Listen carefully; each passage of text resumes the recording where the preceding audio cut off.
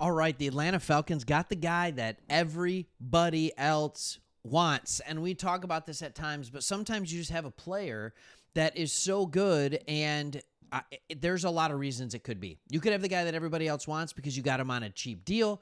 It could be that he does something special that goes unnoticed. It could be maybe a late-round draft pick steal.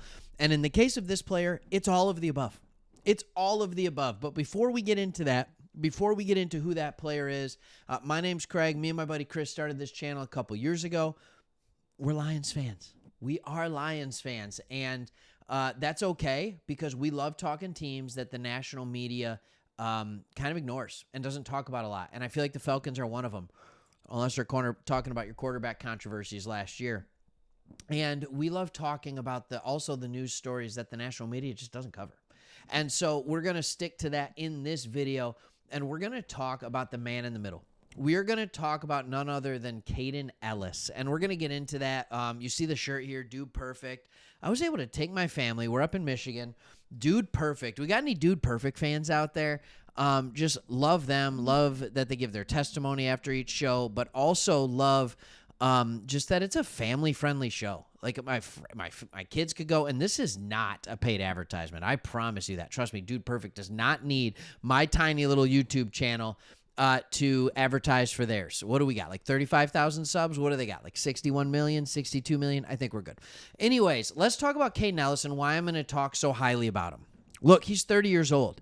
I will not argue with you. This is not the type of person we usually cover on this show. He's just not. We like young players. We like players that you don't know a ton about. Kaden Ellis has been around a minute.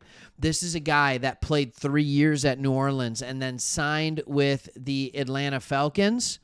3 or 4 years. I don't know what it was. I think it might have been 4 years. They're just not showing one. Signed with Atlanta on a relatively cheap deal, but he has a superpower. When reading an article from The Athletic recently, Kaden Ellis has a superpower, and it's, believe it or not, rushing the passer. Yeah.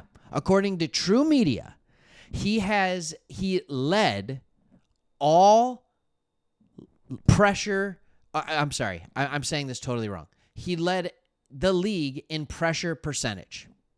The league in pressure percentage in the last 4 years, 25.7.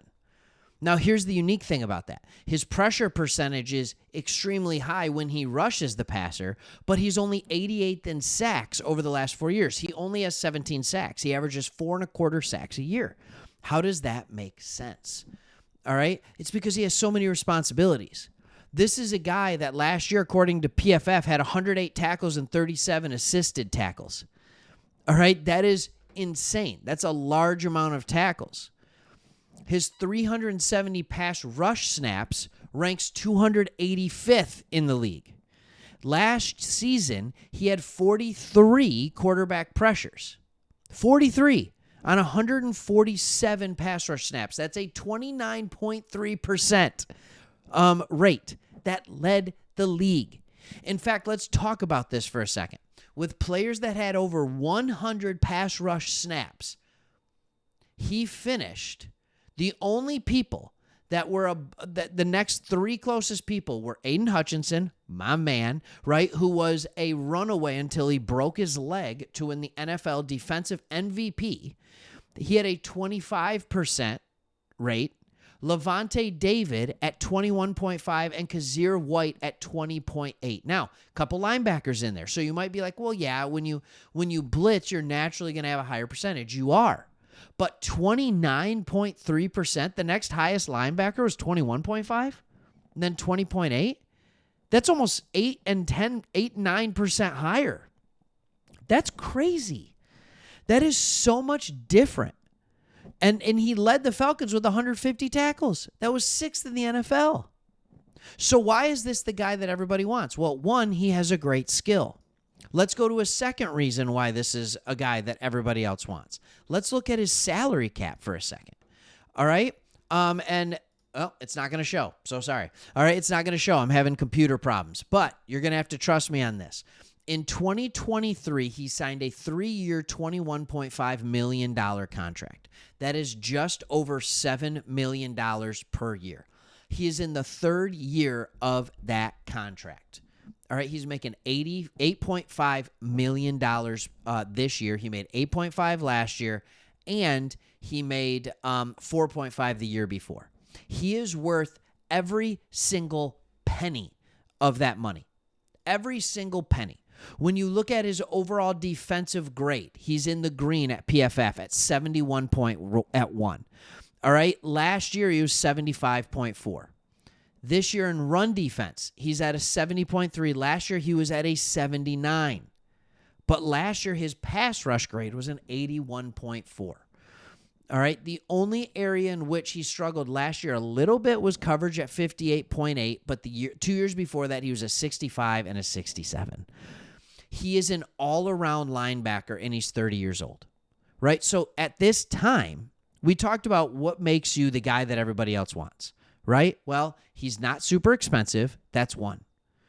All right? He does something very special, which is he rushes the passer at a highly efficient clip. But he's also extremely well-rounded. Other things, late-round draft pick. Now, he wasn't drafted by the Atlanta Falcons. He was actually drafted by the Saints. So I'm going to give you another reason. You fleeced your rival. How awesome is that? You fleeced your rival. He was a 7th-round pick, number 244 overall. He came out of Idaho.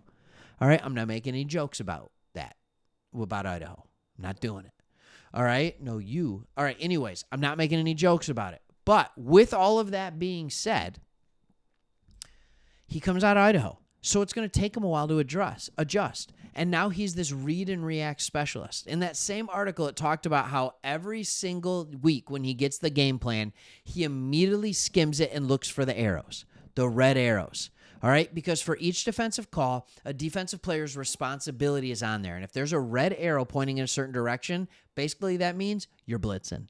And he said if there's a lot of red arrows, that means go get the quarterback. There's no other responsibilities, no read, no react, just blitz. And he loves seeing those red arrows. Think about it, all right? You're playing Madden, you're playing college football, right? The blitz 8, all go, or whatever it was called, right? Like whenever you're playing on defense, you want to be the guy blitzing. You want to be like, it's fun to know exactly where you have to go and not have to read and react. You just get to trust your instincts and your athleticism. Here's what I'm saying. He is unique, and I'm not the only one saying it. Raheem Morris said the exact same thing. He can win from a bunch of different spots.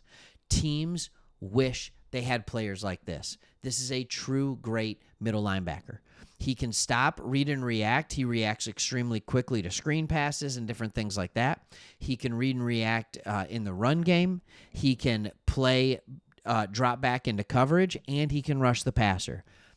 That he is not a liability no matter what you ask him to do, and that is why he does not come off the field. He does not. Last year, he played 1,097 snaps. That is what you want in your middle linebacker, and that is why other teams are jealous, period.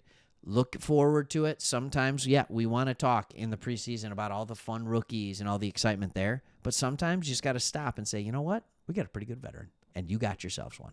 All right, thanks for watching. See you on the next one.